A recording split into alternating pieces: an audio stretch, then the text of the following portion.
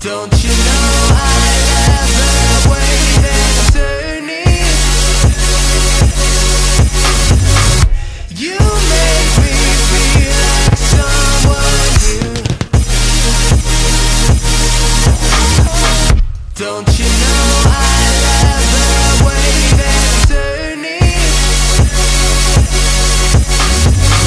You make me feel like someone new.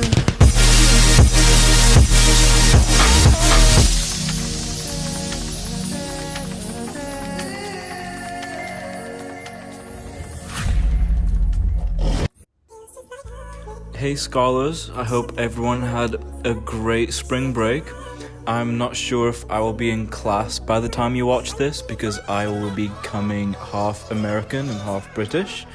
Anyway, I did my 20% time project on the Premier League and specifically the economic impact of the Premier League.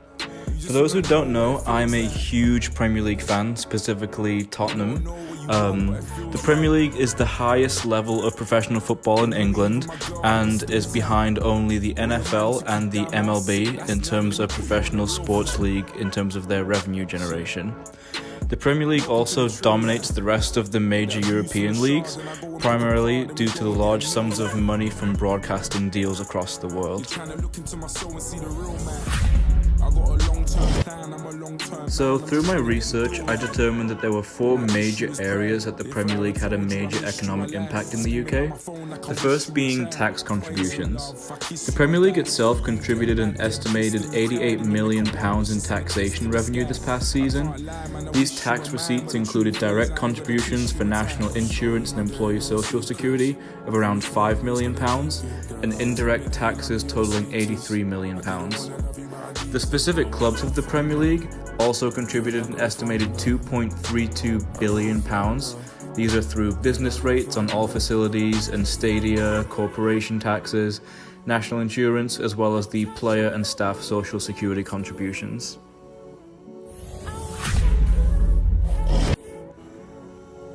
The Premier League and its clubs supported over 100,000 full-time jobs in the UK this season.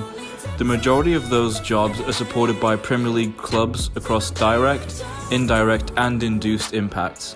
The Premier League itself employed only 99 people directly in this most recent season, but further supported around 6,000 new jobs through the supply chain, which includes those supported as a result of the parachute payments and solidarity contributions, as well as the other induced efforts.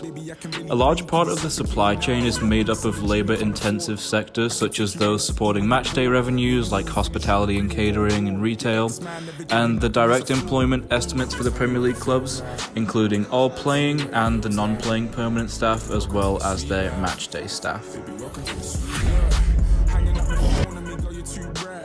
I mentioned earlier about the system of parachute and solidarity payments that the Premier League makes.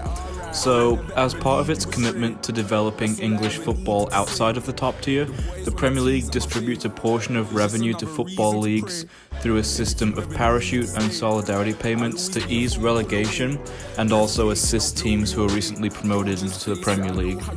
The Premier League also assists in the development of football in communities across the country. This strategy has particularly focused on community work in high-need areas, which means that many facilities and projects are delivered in areas that rank highly on the poverty index. To date, the Premier League has invested about £200 million in facilities via the Football Foundation, which has assisted in the delivery of a total of over £1 billion worth of projects. The number of community engagement staff employed by Premier League clubs has also grown from around 400 in 2007 to close to 3,000 this past season.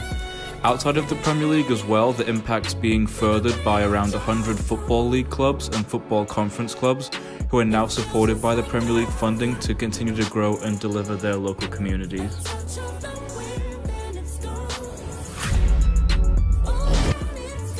So the biggest area of total economic impact for the Premier League is actually the economic value added to the British economy.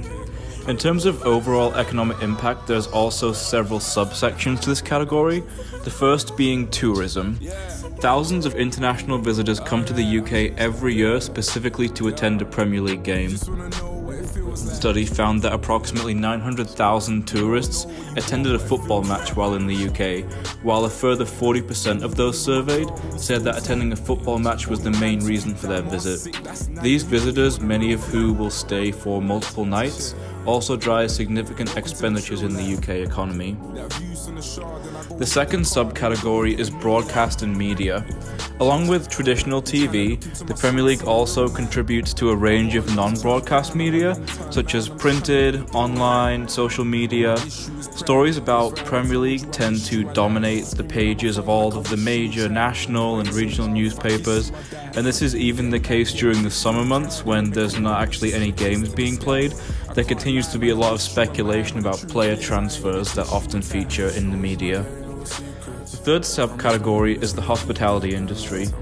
A large part of the UK culture on match day is the pub crawl on the way to watch your football match. Additionally, live Premier League matches are also available in a lot of pubs and bars and hotels throughout the UK, which attracts fans without a TV subscription and those who simply prefer to watch a live game at a public venue. Second last is gambling. Since 2001, the Premier League has been working with the Football League to facilitate the recording and distribution of types of football statistics and data that is increasingly required by bookmakers in order to facilitate new offerings to customers. It's estimated that around £300 million is wagered monthly on Premier League matches during the football season. This represents a total of 68% of all bets in the UK being placed on the Premier League. Finally, the Premier League is also a significant driver of the video game industry. For those that are familiar with the FIFA franchise, it's licensed and developed by EA. It's one of the most popular video game brands and is part of an elite list of games that sold over 100 million copies worldwide. The Premier League works with EA in the development of the FIFA video game, primarily to provide players and club information and actually agree on the terms of the use of rights and images.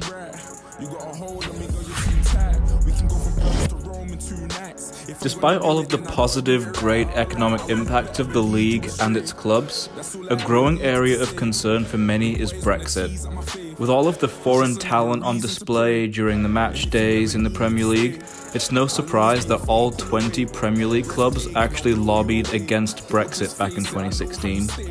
The chief matter of concern is how immigration will be dealt with after Brexit is finalised.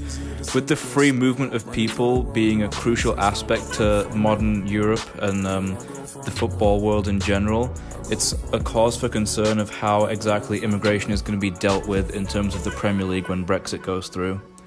In addition to the restriction on player transfers, the Football Chairman's Group has noted that the diminishing value of the pound against the euro makes it more difficult for UK clubs to sign players in a competitive market. It's clear that the success of the Premier League, which is grounded in the quality of the football competition, has created conditions for huge economic growth in the UK. The role of the Premier League in facilitating the cycle of economic growth should help to ensure that the significant contributions of the Premier League and its clubs continue to add to the UK society and economy in the years to come.